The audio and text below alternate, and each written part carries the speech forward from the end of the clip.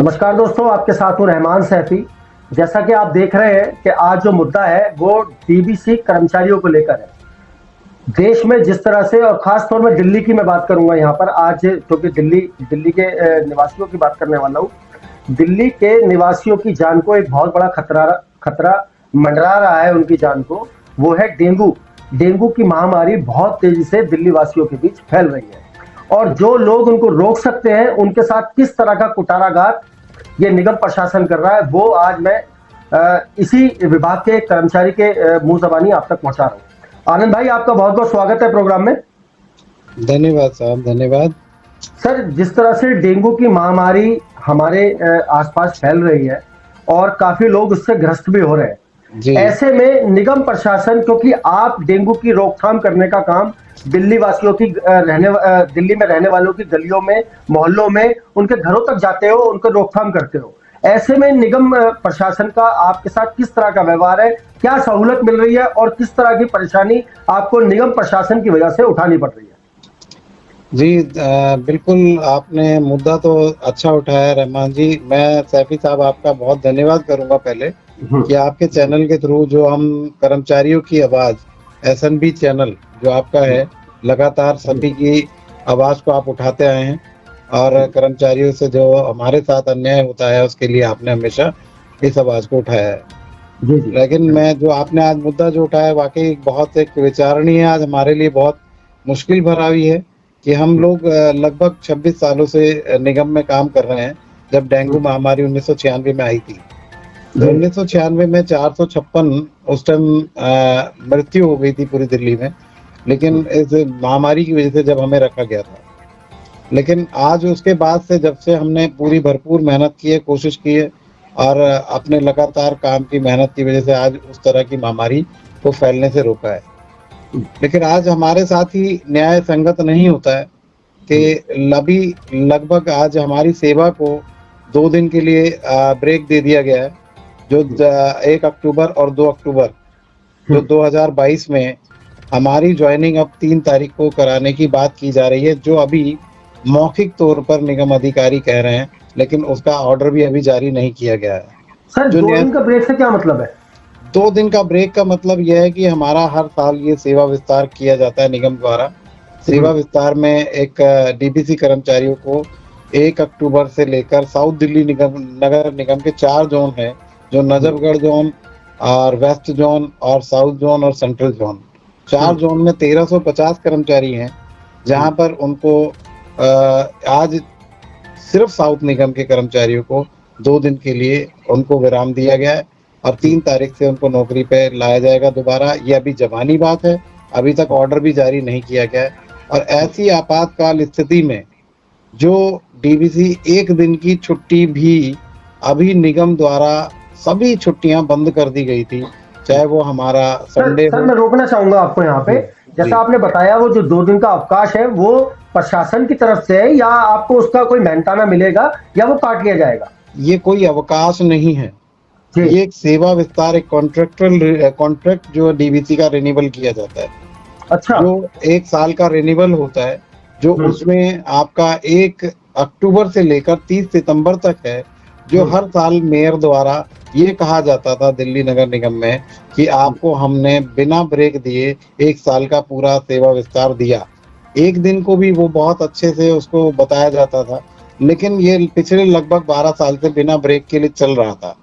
लेकिन आज निगम ने, जहां पर आज निगम प्रशासन में कोई पॉलिटिकल विंग नहीं है, तो निगम प्रशासन अधिकारियों ने उसको ये कहा है कि 1 अक्टूबर का आपको ब्रेक दिया जाएगा, जो कानूनन है, और 2 अक्टूबर जो है वो आपका जो गजेटेड हॉलिडे यानी राजकीय अवकाश होने की वजह से आपको नहीं लिया जा सकता। सर, एक चीज और है मेरी यहाँ पर आपसे जानने वाली, कि जिस तरह से कोरोना महामारी में भी हमने देखा कि डीबीसी कर्मचारियों ने बराबर अपनी ड्यूटी को अंजाम तक पहुंचाया, लोगों के घरों तक गए, जब लोग पड़ोसी से नहीं मिल रहा था, लेकिन डीबीसी का कर्मचारी जहां पर भी कोरोना की सूचना मिल रही थी वहां पहुंच रहा था। उस समय काल के अंदर निगम का रवैया कैसा था आप लोगों के साथ? देखिए, निगम ने उस समय भी हमारी सारी छुट्टियां बंद कर दी थी, और उस समय हमने पूरे अपनी दिनचर्या में पूरा जी जान लगाकर अपनी जान को दांव पर लगाकर काम किया है कि उस टाइम वाकई आपने सच कहा कि कोई पड़ोसी से क्या है कि अगर परिवार का व्यक्ति, मैं भी जो अब घर से बाहर ड्यूटी करके आता था तो अब मैं उनसे कमरे से दूर रहता था, जो मुझे एक अच्छा। सेपरेट कमरे में रखा जाता था कि जब जिससे मैं अपने बच्चों में एक भय पैदा रहता था कि मेरे बच्चों को मेरे आने से मेरी बीमारियां उनको ना मैं लग मानता हूँ, बिल्कुल मैं तो समझता हूँ उसमें सबको। हमने उस समय अपना दो ढाई महीने का पीरियड बहुत ही मुश्किल से गुजारा है। तो ये सर जी जी जी आपका बताइए। जो ये आज वही चीज है कि आज फिर एक महामारी के दौर में हम्म। जब निगम को हमारी बहुत आवश्यकता थी और हम्म। आवश्यकता में हम घरेलू प्रजनन के लिए जितने मच्छर पैदा होते हैं उनके डोर टू डोर जाकर उनको खत्म करते हैं, दवाइयां छिड़कते हैं, साथ में उसमें जाकर उस लोगों को चेताते हैं इस तरह से मच्छर पैदा ना होने पाए। तो उससे बहुत ज्यादा इस समय हमारे लाखों घरों की चेकिंग रोज की जा रही थी। लेकिन आज इस बात को देखते हैं कि आपने सारी छुट्टियां बंद कर दी और सारी सर छुट्टियां मतलब बंद करने छुट्टी के बंद करने बावजूद का रीजन क्या दिया है निगम प्रशासन ने? नहीं नहीं सारी छुट्टियां बंद करने का रीजन तो ये था कि आपातकाल है, आपको इतवार की छुट्टी या कोई भी गजेटेड हॉलीडे नहीं मिलेगा। तो ठीक है। उसमें उसके बावजूद हम अगर बीमार भी हो जाएं तो हमें टर्मिनेट करने की धमकियां दी जाती थी। हम बीमार भी होना हमारे लिए ऊपर वाले की दृष्टि से ठीक नहीं था कि हम बीमार अपने आप भी हो सकते हैं। हम अच्छा, इंसान नहीं, हम ऐसे में रोबोट ये हैं। छुट्टी प्रशासन ने करवाई आपसे? हाँ, लेकिन अब जो है जो सेवा विस्तार में 2 दिन का ब्रेक जो डाला गया, तो क्या अब आपातकाल नहीं है? अब मैं सर निगम से आपातकाल कुछ है इसमें सवाल तो। करूं तो अब आपातकाल खत्म हो गया। अब आपातकाल खत्म हो गया है और आपका जो वीकली रेस्ट जो बंद किए गए थे हमारे, अब आपने 2 दिन का ब्रेक देकर दिल्ली की जनता को खुद एक पेशो-पेश में डाल दिया है। बिल्कुल सर, ये तो मच्छरों को बिल्कुल पैदा साफ-साफ बात है, दिल्ली की जनता के साथ खिलवाड़ कर रहा है निगम प्रशासन। मच्छरों को पैदा होने के लिए वो न्योता दे दिया है कि आप 2 दिन हमारा कर्मचारी नहीं है और आप पैदा हो उसको साथ में दिल्ली की जनता को और मरने के लिए छोड़ दिया गया। तो ये निगम प्रशासन की एक ऐसी बात है कि जो आज उनको हमारी 2 दिन के लिए जरूरत नहीं है, वैसे हमारी छुट्टियां बंद। अगर मैं बीमार हो जाऊं तो मुझे आज टर्मिनेशन के ऑर्डर मिल जाते हैं। साथ में उसके अच्छा। बावजूद जी सर ये तो कहीं ना कहीं एक बहुत बड़ी विडंबना की बात है। मैं भी हैरत में हूं इस बात से कि जिस निगम को, जो निगम हमेशा से इस बात का बीड़ा उठाकर चल रहा है कि दिल्ली वासियों की जान का रखवाला है वो, ये तो आज रखवाला ही यहाँ पर जो है सबसे बड़ा उनका कातिल बनने जा रहा है। जी ऐसा ही हो रहा है। और यहाँ तक कि ये भी कहेंगे हम कि अपने जो आज होता क्या है कि कर्मचारी पूरे डोर टू डोर चेक करने जाता है, तो उसको ये भी है कि आप पूरे हर door to door house to house उसका फोन नंबर लेकर आएंगे। लेकिन फोन नंबर पर चेक करते हैं, ये हमें चेक करने के लिए जमीनी तौर पर कभी अफसर नहीं उतरा है। कभी अफसर नीचे आकर देखे तो हम जिस सड़ी गर्मी में काम करते हैं, जब एक पसीजी हुई गर्मी जिसे हुमस कहते हैं, उस सड़ी हुई गर्मी में हम लोग काम करके हमारे अंदर तक के कच्चे भी गीले हो जाते हैं गर्मी में चलते चलते। जब उस समय जब हम लोग वो हमें फोन पे चेक किया जाता है और हमें एक फोन अगर कोई नंबर मिस हो जाए, बाई चांस कुछ दिक्कत आ जाए, तो उसमें हमें कहा जाता है कि आपको नौकरी से टर्मिनेट कर दिया जाएगा और ऐसे आदेश जारी कर दिए जाते हैं। अब सर ये तो बहुत बड़ी विडंबना की बात है। यही दिक्कतें आ रही हैं, साथ में जो हमें और दबाव डाला जा रहा है कि 75 से 80 मकान कीजिए, जबकि मैं अधिकारी से बात कर चुका हूँ कि एक मकान को चेक करने में कितना समय लगता है। तो उन्होंने स्वयं इस बात को कबूला 10 मिनट तो कम से कम लगते हैं। अगर पूरे 8 घंटे की नौकरी में 1 घंटा लंच का निकाल दूं, मैं 1 घंटा अपनी तैयारी का निकाल दूं रिपोर्ट देने का, तो 6 घंटे में मेरे वो आपके 10 मिनट के अकॉर्डिंग आपका अगर मैं देखता हूँ तो सिर्फ 36 मकान चेक किए जा सकते हैं। बिल्कुल सर, बिल्कुल 36 में भी मैं 30 ही मानूंगा। हाँ, इसमें 36 मकान अगर कैलकुलेशन उन्हीं के मुताबिक की जाए 10 मिनट एक घर को, तो 36 मकान चेक किए जाते हैं, जबकि उन्होंने हमें कहा कि 80 मकान चेक करने हैं। यानी कि वो कैसा दबाव है हम आप खुद भी समझ सकते हैं। उसके बावजूद भी देखिए जी हम हमारा गला तो नहीं दबाया जा रहा, लेकिन साधन भी मुहैया नहीं कराए जा रहे, कोई मुहैया नहीं कराए जा रहे हैं। व्हाट्सएप पे ऑर्डर ही अपने निकाल देते हैं मौखिक तौर पर, लेकिन वो फरमान जैसा होता है। और आज एक है ना पूरी कंपिटेंट अथॉरिटी के द्वारा दिया गया ऑर्डर कि कंपिटेंट अथॉरिटी ने कहा कि आपको परमानेंट किया जाएगा, आपको पद दिया जाएगा, उसके बावजूद भी वो नहीं किया जाता, उसको पारित नहीं किया जाता, लेकिन एक व्हाट्सएप ऑर्डर को हमारी जान लेने तक को तैयार हो जाता है। ये दिक्कत होता है। तो सर इन सब परेशानियों के बावजूद भी डीवीसी कर्मचारी हम देख रहे हैं बराबर काम पर हमें नजर आते हैं, जितने भी डीवीसी कर्मचारी हैं। जी तो इसके खिलाफ सर आवाज उठाने का क्या मतलब, क्या रास्ता है?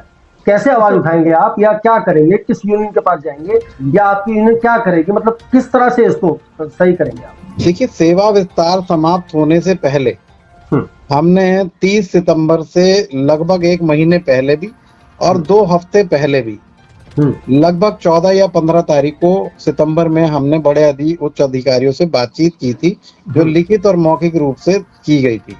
तो उसमें कहा भी गया था सेवा विस्तार का 30 सितंबर लास्ट है, 1 अक्टूबर से हमारी सेवा विस्तार जैसे हर 26 सालों से होता आया है, तो आप उस सेवा विस्तार को जल्द से जल्द ऑर्डर बनाकर सभी कर्मचारियों को रेगुलर उस प्रक्रिया में रखें, जिससे हमारा ब्रेक ना हो पाए।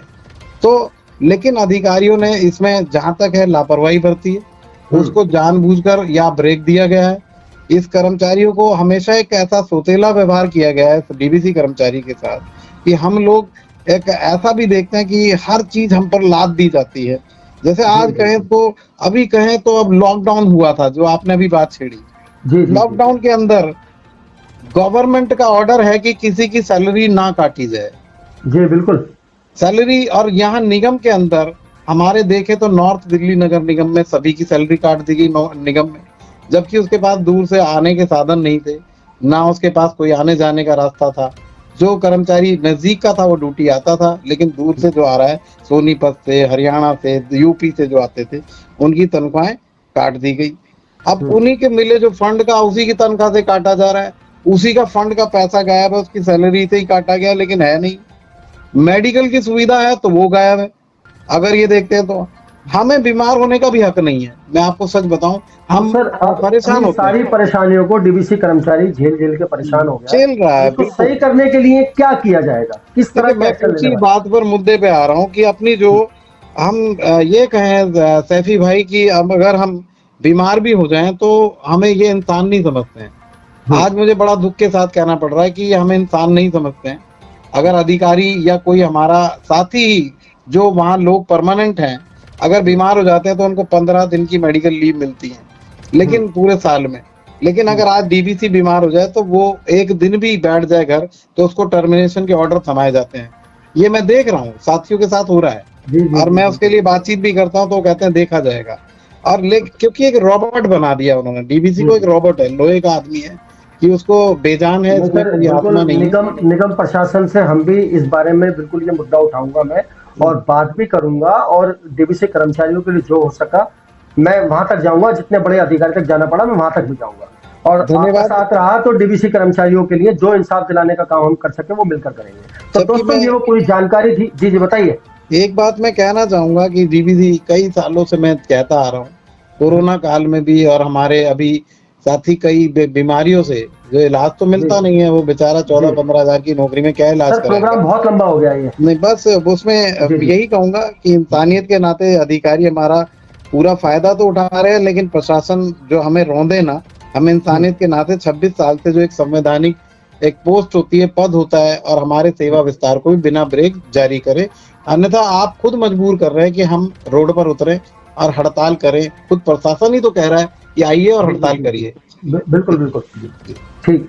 तो सर दोस्तों ये वो पूरी जानकारी थी जो आप तक पहुंचाई है, और इसी खबर को आगे बढ़ाते हुए आपसे दोबारा मुलाकात होगी। जब तक के लिए जय हिंद, जय भारत, जय संविधान। धन्यवाद सर, धन्यवाद।